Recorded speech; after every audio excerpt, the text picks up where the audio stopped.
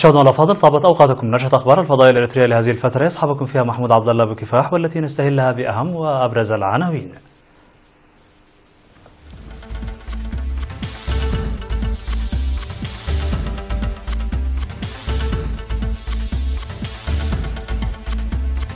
تواصل فعاليات المنتدى الرابع عشر لشباب الجبهة الشعبية للديمقراطية والعدالة. إكمال نواقص مستشفى حزحز. تشييع المناضل دنقسر إلى مثواه الأخير بمقابر الشهداء بمقلب.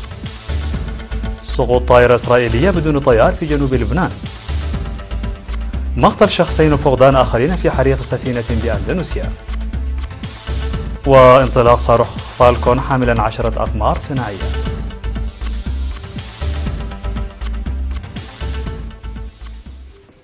مرحبا بكم من العناوين إلى التفاصيل. تتواصل فعاليات المنتدى الرابع عشر لشباب الجبهة الشعبية للديمقراطية والعدالة فرع أوروبا، التي افتتحت فعالياته في 29 من هذا الشهر تحت شعار دورنا في تطوير الموارد المهنية والاقتصادية بالبلاد، بعقد سمينارات وتقديم أوراق عمل وتبادل التجارب فيما بينهم. وعقد مسؤول الاتحاد الوطني للشباب وطلبة إريتريا سيد صالح أحمد الدين في 31 من مارس المنصرم سمينارا للمشاركين أوضح فيه بأن تعزيز مساهمة الشباب المقيمين في المهجر في كافة المجالات التنموية يتم بتقوية تأطيرهم وزيادة وعيهم، وهي ضرورة تتطلبها المرحلة الآنية. وذكر بأن تأطير الشباب كان أحد العناصر القوية التي لعبت دورا كبيرا في بداية النضال التحرري وليست ظاهرة جديدة، موضحا أهمية تطوير المساهمة الفاعلة لشباب الجبهة في البرامج الوطنية وتعزيز المساهمة المهنية ومحاربة الأفكار الضارة والهجرة وتقوية الاقتصاد الوطني. وألقى منسق البعثات الإريترية في أوروبا سفير فيساسيون بيتروس كلمة في المنتدى حول تقييم أعمال اللجان الوطنية، نشد فيها اللجان للعمل الجاد لضمان المشاركة والمساهمة الفاعلة والواعية في كافة المجالات التنموية، وخاصة في رعاية أسر الشهداء وتنشئة شباب كفؤ. وأشار المشاركون في المنتدى بأن الأوراق والمطبوعات البحثية التي قدمت من قبل المثقفين حول برامج تبادل التجارب والخبرات لعبت دورا كبيرا في مضاعفة وعيهم. هذا وقد شارك في هذا المنتدى الرابع عشر الذي سيختتم فعالياته في 2 من أبريل الجاري حوالي 700 من الشباب الذين قدموا من مختلف الدول الأوروبية والعالمية. صرح المدير الطبي لمستشفى حزحز الدكتور نقوسي جبر مسغل بأن المستشفى ظل يقدم خدمات صحية متكاملة بعد اكتمال النواقص في المعدات الصحية والخبراء الصحيين، وأشار إلى أن المستخدمين كانوا يضطرون للذهاب إلى مستشفى حليبة وأوروتا نتيجة لأوجه القصور والنواقص بالمستشفى، مما تسبب في خلق ضغوط على تلك المستشفيات، موضحا بأن المشكلات قد حلت في الوقت الحالي نتيجة لاكتمال معدات المخبر الطبي ومعامل فحص مرض السل والتحاليل الطبية ومعدات تصوير الموجات الصوتية والكادر المؤهل في المستشفى. وتساعد المعدات الحديثة في الكشف عن مرض السل وإصابات الكلى والكبد والرئة، بالإضافة إلى تحاليل الدم، مما ساعد ذلك في تلبية متطلبات المستفيدين عن قرب. وقال الشاب سامي اليماني الناشط في متابعة مرض السكري وضغط الدم أنهم يقومون بشكل يومي بتوزيع أقراص السكري وضغط الدم ويعطون الإرشادات والتوصيات المهنية للمرضى، موضحا بأنهم يسمحون للمستفيدين بإجراء فحص العيون بالتفاهم مع مستشفى العيون. هذا وتشير المعلومات الواردة إلينا بأن مستشفى حزحز الذي يضم 113 من المهنيين والموظفين والإداريين تتوفر فيه خدمات المياه والكهرباء ل24 ساعة. نظم مكتب المراجع العام دورة تأهيلية ل32 من أعضائه حول المعلومات التكنولوجية أشرف عليها الخبراء القادمين من الهيئة العليا بالمنظمة الإقليمية الإفريقية للدول الناطقة باللغة الإنجليزية. وأوضح منسق الدورة التأهيلية السيد أمانويل إيساق بأن الهدف من الدورة التي قدمت في الفترة من 26 وحتى 30 من مارس المنصرم في العاصمة أسمرا هو تعزيز قدرات الأعضاء في المراجعة المالية، بالإضافة إلى تحويل الأعمال المالية التي كانت تتم بشكل يدوي إلى نظام يستند على نظم المعلومات التكنولوجية. وألقى المراجع العام السيد جبرز جابهير جبر مدهن كلمة أوضح فيها أن الدورة هي مواصلة للدورات المنظمة عبر مراحل لتعزيز قدرات الأعضاء، مناشدا الدارسين لترجمة المعلومات المكتسبة في مواقع العمل وتعزيز دورهم في تطوير الأعمال. نظمت في مدينة دباروا بالإقليم الجنوبي مداولات حول لوائح وإعلانات الأنشطة التجارية والصناعية مع أصحاب المؤسسات والمرافق الخدمية. وأوضحت مسؤولة قسم التجارة والتصنيع والتعدين في الإقليم الجنوبي السيدة الغانيش كيداني أهمية القانون في تطور وازدهار الأنشطة التجارية والصناعية، وقدمت شرحا مسهبا حول أهداف رخص العمل وكيفية الاستفادة منها وسبل تجديد وأسباب تجميد الرخص التجارية. من جانبه نشد مسؤول الرخص التجارية في الإقليم السيد سامسون تاكئي بعد أن أوضح الأخلاقيات التي ينبغي أن تتبعها المرافق الخدمية، ناشد أصحاب المؤسسات إلى عدم ممارسة الأنشطة غير القانونية وكذلك عدم بيع المواد الاستهلاكية منتهية الصلاحية. ومن جهته دعا مدير مديرية دباروا السيد فريونجيل تخلا هيمانوت دعا أصحاب المؤسسات والمرافق الخدمية إلى تسيير أعمال فعالة ومفيدة تساهم في تطورهم وتطور بيئتهم من خلال اتباع الأعمال القانونية واللوائح اللازمة.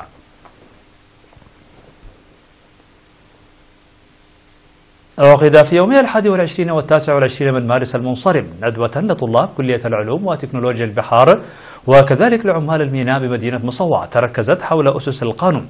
وفي الندوة التي ألقاها كل من قائد شرطة إقليم شمال البحر الأحمر ومسؤول مكافحة الجريمة بشرطة الإقليم أوضحا بأن اتباع السلوك المثالي والنظرة الإيجابية وعدم حيازة ممتلكات الغير إضافة إلى غيرها من القيم العليا لمجتمعنا هي عوامل أساسية لمكافحة الجريمة، داعين إلى إقامة الندوات والحملات التوعوية بين الحين والآخر من أجل ترسيخ هذه القيم وتوريثها للأجيال المستقبلية. وفي التوضيح الذي قدمه كلا المسؤولين بخصوص الجرائم وحوادث المرور المسجلة ونتائجهما خلال ال3 أشهر الماضية على مستوى الإقليم، أكدا على أهمية لعب المجتمع بشكل عام والأسر بشكل خاص دورهم في إنجاح الجهود الجارية لدرء مثل هذه المخالفات. وفي الرسالة التي وجهها قائد شرطة إقليم شمال البحر الأحمر المقدم جمع محمد سعيد ناشد فيها الجميع بضرورة تعزيز العلاقة بين الشعب والشرطة في مكافحة المخالفات والجرائم، حيث يتطلب من كل مواطن تعزيز التعاون مع الشرطة من أجل استمرار ضمان أمن منطقته. من جهة أخرى قدم المشاركون في الندوة آراء ومقترحات بشأن نشر وتوزيع القوانين واللوائح الجديدة للمواطنين عقب صدورها فورا بواسطة وسائل الإعلام، والقيام بتجديد شارات المرور القديمة ورسم وتلوين العلامات المرورية على طول طريق أسمرة مصوعة، إضافة إلى تشديد الإجراءات العقابية على سائق السيارات المتعاطين للكحول أثناء قيادتهم لسياراتهم.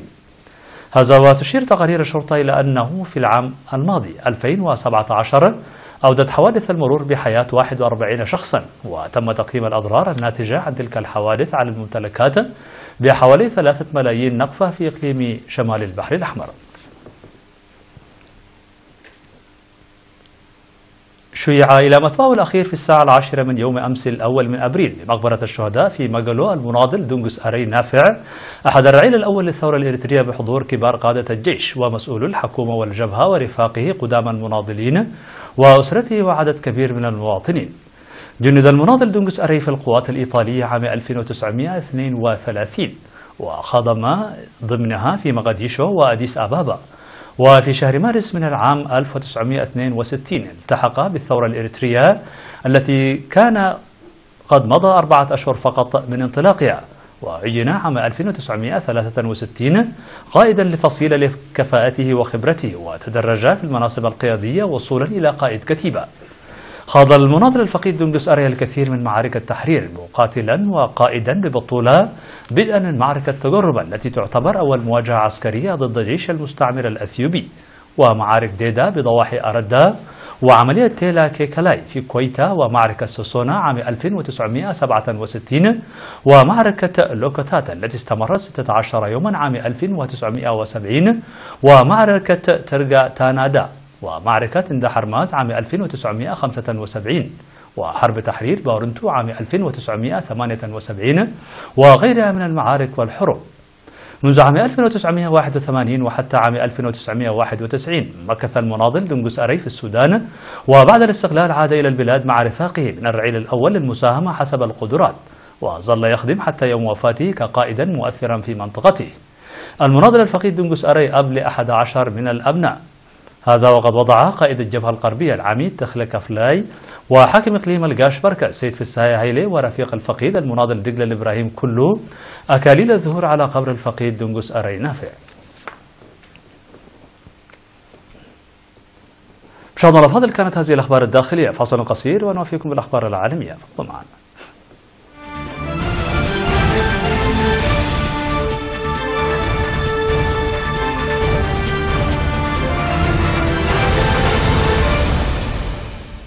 على الصعيد العالمي، قالت قناة المرار التابعة لجماعة حزب الله اللبنانية والجيش الإسرائيلي أن طائرة إسرائيلية بدون طيار سقطت في جنوب لبنان. وأفادت قناة المرار بأن طائرة تجسس إسرائيلية من دون طيار سقطت بين بلدتي برع الشيت وبيت يحنون. وجاء في بيان للجيش الإسرائيلي أن الطائرة بدون طيار تحطمت بسبب عطل فني، ووقعت آخر حرب بين إسرائيل وحزب الله في عام 2006. ويقول مسؤولون إسرائيليون وأمريكيون أن إيران تساعد الجماعة في بناء مصانع للصواريخ الموجهة أو إعادة تهيئة صواريخها بعيدة المدى وتزويدها بأنظمة توجيه. ونفذت إسرائيل عدة ضربات جوية في سوريا ضد ما وصفتها بأنها أهداف تابعة لحزب الله وإيران. وقال الشيخ نعيم قاسم نائب الأمين العام لجماعة حزب الله في مقابلة مع رويترز يوم 15 من مارس أن الجماعة لا تتوقع أن تشن إسرائيل حربا في لبنان حاليا، لكن حزب الله مستعد لذلك. قال مسؤولا أن حريقا اندلع في سفينة شحن في المنطقة البحرية قبالة مقاطعة كاليمانتان الشرقية بوسط أندونيسيا اليوم السبت، مما أسفر عن مقتل شخصين وفقدان 2 آخرين. وقال مورينيو رئيس وحدة العمليات بوكالة إدارة الكوارث في المقاطعة أن الحادث وقع في خليج باليكابابان بالمقاطعة. وأضاف المسؤول أن جهود البحث والإنقاذ تجرى للأشخاص المفقودين الآن. وأدى الحريق إلى ارتفاع عمود من الدخان الأسود في السماء بسبب تسرب الوقود إلى المياه، ولكن المسؤول لم يستطع أن يذكر تفاصيل عما إذا كانت السفينة محملة بوقود ديزل أم لا.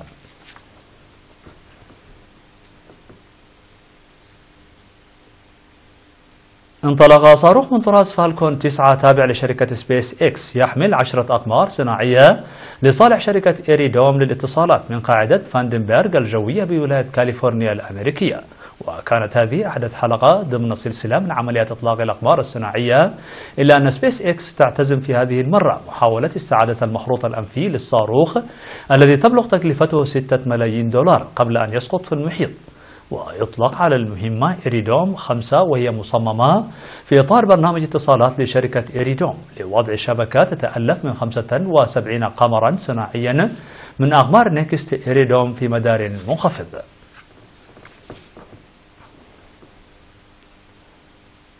عرض الفنان الأمريكي مايكل راكويتز في ميدان تارفلجار في لندن النسخة المقلدة من تمثال الثورة المجنحة الآشوري الذي دمره داعش في العراق عام 2015. هذه النسخة صنعها راكويتز من 10,000 علبة صفيح فارقة من علب شراب التمر العراقي، وهي الأحدث بين 11 تمثالا سيجرى تدشينها للعرض على القاعدة الحجرية الرابعة في الميدان، والتي أقيمت في عام 1841 لنصب تمثال فارس عليها، لكن ظلت خالية لمدة 158 عاما بعد نفاذ التمويل. ويحاكي مشروع راكويتز الثورة المجنحة الأصلية المعروف باسم لا ماسو، والذي ظل رابضا منذ عام 700 قبل الميلاد تقريبا على مشارف مدينة الموصل بالعراق حتى دمره داعش.